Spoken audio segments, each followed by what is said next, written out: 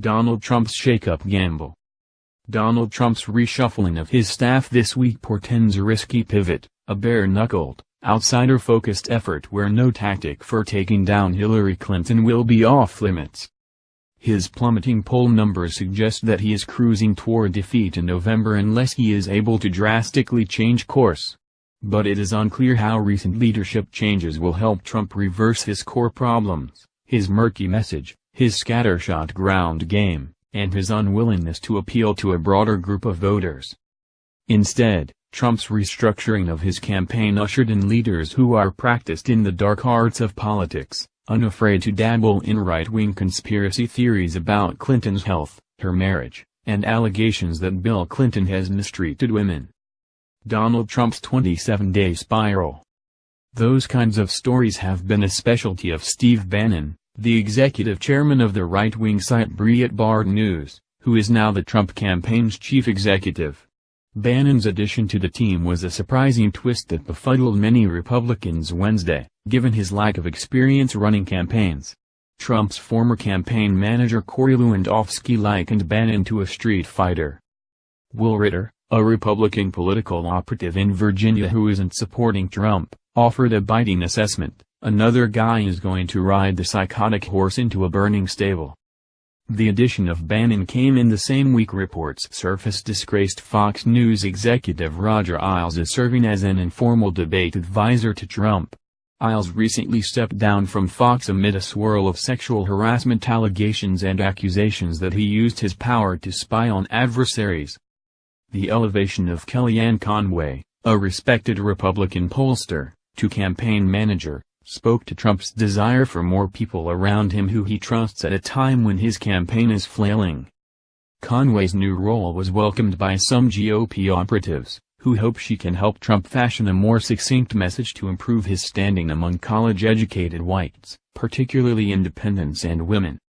"The only thing I care about is the Trump team making this a referendum on Hillary Clinton's record and getting the country back on track," said Henry Barber, a GOP strategist who has long been involved in helping to shape the message of the Republican Party.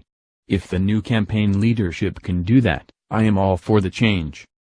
Neil Newhouse, a veteran Republican pollster, said that Trump's challenge is that he is not able to stay on a message, he diverts, he freelances and doesn't have the discipline to stay on a message. "I think Kellyanne's presence may help him do that," said Newhouse. "Regardless of what that message is, she can help him be more direct, more consistent, and I think that's what he needs right now." Campaign officials framed the staff changes as a typical expansion of the team weeks before early voting begins. But Trump's reshuffling signaled how he has chafed under the guidance of campaign chairman Paul Manafort, one of the few people around the real estate mogul who was unafraid to confront him about the shortcomings of his candidacy. One source told CNN's Sarah Murray that Trump's overall feeling is that he still has a chance to win, but if he loses he wants to lose his way, running the kind of campaign that he wants to run. That approach would mean more big rallies, freewheeling interviews on TV, and a streamlined focus on battleground states. While building Trump's political team into a functioning campaign, Manafort was brought on to try to steady Trump and turn him into a more polished, disciplined candidate. Meet the woman tapped to help save Trump's campaign. But Trump has exhibited obvious discomfort with that strategy as he has lurched from teleprompter-assisted speeches back to his volatile tangents and slashing personal attacks.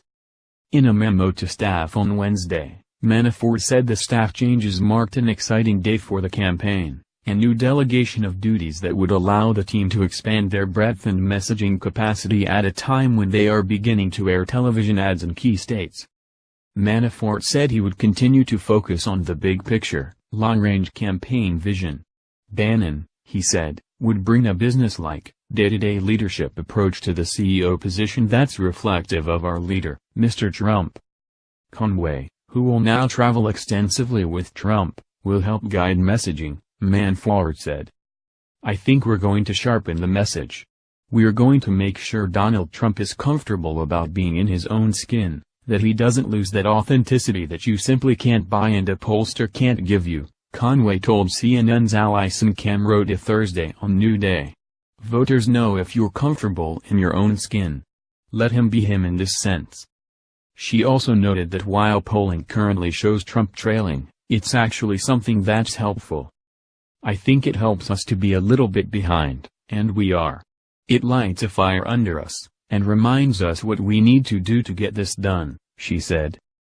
Trump's new campaign manager also said a focus on the issues would help her candidate. The idea we have millions more in poverty, millions more out of work, the idea that people feel unsafe, that they feel less and less safe now, those are the issues we need to address, Conway said. But with Bannon at the helm, Democrats are now bracing for a far more personal onslaught against Clinton this fall. It's a risky approach, however, given that Clinton's standing among voters has sometimes improved when she is perceived as the victim of attacks. Robbie Mook, Clinton's campaign manager, told reporters during a Wednesday conference call that the Democrat is expecting more divisive rhetoric from the new team. Steve Bannon, the street fighter who's now running Donald Trump's campaign. After several failed attempts to pivot into a more serious and presidential mode, Donald Trump has decided to double down on his most small, nasty and divisive instincts by turning his campaign over to someone who is best known for running a so-called news site, he said, referring to Bannon's oversight of Breitbart News, that peddles divisive, at times racist, anti-Muslim, anti-Semitic conspiracy theories.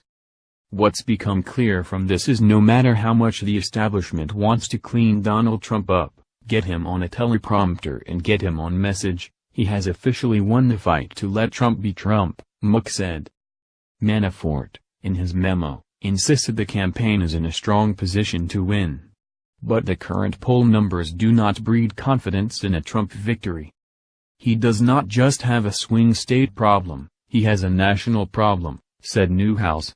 Trump is not close enough in the swing states to target them and make a difference right now. He's got to move his numbers nationally before these key swing states come in play. The only thing that's leaving hope right now that Trump can turn this around is Hillary Clinton's popularity, he added. If Trump is able to build on that, then potentially there is a path.